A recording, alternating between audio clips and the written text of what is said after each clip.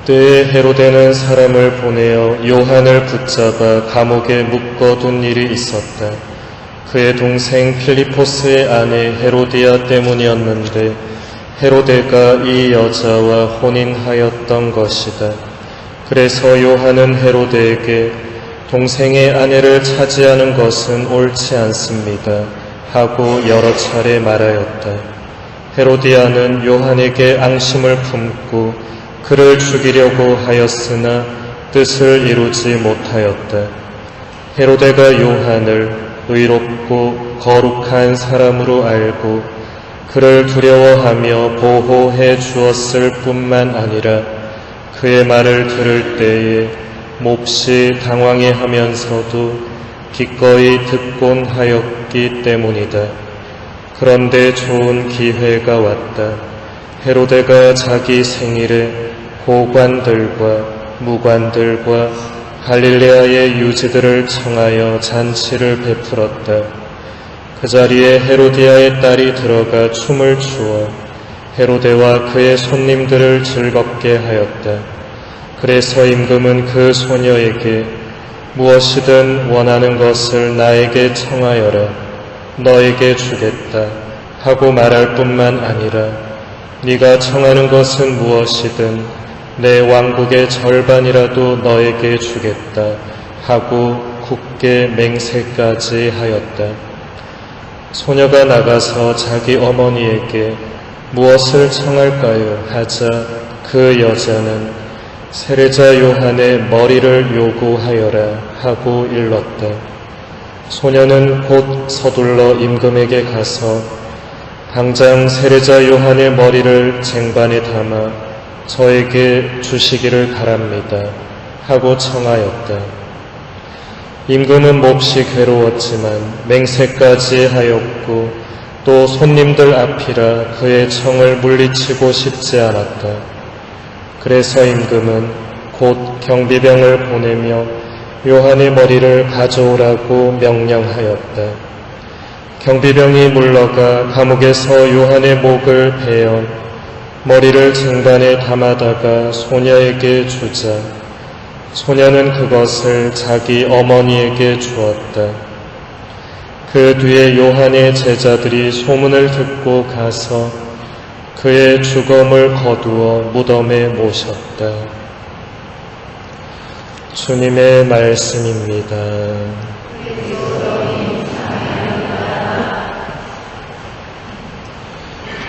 참 예수님,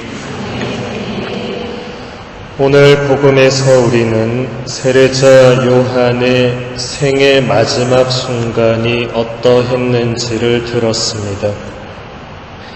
메시아의 선구자로서 수많은 사람들에게 회개의 세례를 베풀며 주님의 오심을 준비했던 큰 예언자의 마지막은 정말 허무한 죽음이었습니다. 그것도 자신의 잘못이 아니라 왕에게 직언을 했다는 이유로 왕비의 앙심에 의해서 죽게 된 것입니다. 세례자 요한은 왕뿐만 아니라 종교 지도자들에게도 스스럼 없이 직언을 했습니다. 많은 바리사이와 사두가이들이 자기에게 세례를 받으러 오는 것을 보고 요한은 그들에게 이렇게 말했습니다. 독사의 자식들아, 다가오는 진노를 피하라고 누가 너희에게 일러주더냐. 회개에 합당한 열매를 맺어라. 수많은 군중들 앞에서 요한에게 이런 말을 들어야 했던 바리사이들, 사두가이들의 마음이 어떠했겠습니까? 그들도 헤로디아처럼 요한을 죽이고 싶어 하지 않았겠습니까? 하지만 요한은 죽음을 전혀 두려워하지 않았습니다. 그래서 요한은 종교 지도자들에게조차 회개에 합당한 열매를 맺으라고 거듭 충고했습니다. 회개라는 말은 가던 길에서 돌아서는 것을 의미합니다.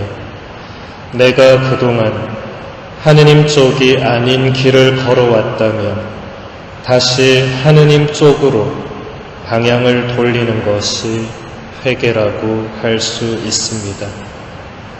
하지만 우리가 가던 길에서 돌아서는 것은 매우 어렵습니다.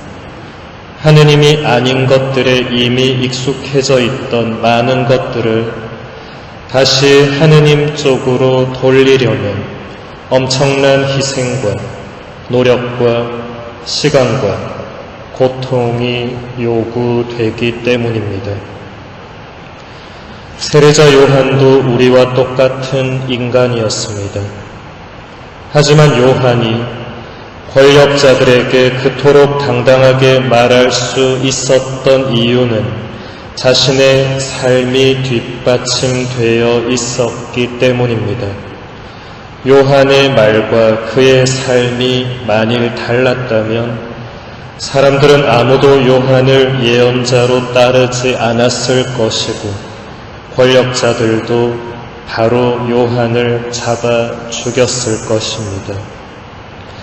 그러나 오늘 복음에서도 나오는 것처럼 헤로데 왕조차도 요한을 의롭고 거룩한 사람으로 알고 그를 두려워하며 보호해 주었습니다. 이것은 결국 말보다는 행동과 삶이 더 중요하다는 것을 우리에게 가르쳐 주고 있습니다. 말하는 것은 쉽지만 행동하기는 어렵고 사는 것은 더욱더 어렵습니다. 우리가 어떤 불의에 당당하지 못하다면 그것은 우리의 행동과 삶 속에 불의가 담겨 있기 때문일 것입니다. 회개에 합당한 열매를 맺는다는 것은 우리가 하느님의 뜻을, 정의를, 올바른 길을 얼마나 나의 삶으로 살아내느냐에 달려 있습니다. 우리는 수없이 많은 말들을 하면서 살아갑니다. 그 수많은 말들 가운데에서 과연 나의 행동과 삶이 그 말을 그대로 뒷받침해주는 경우가 얼마나 있는지 우리가 진지하게 돌아본다면 그 수많은 말들은 진짜가 아니라 헛되고 의미 없는 것들이라는 사실을 깨닫게 될 것입니다. 우리 신앙인들은 세례자 요한처럼 살아야 합니다.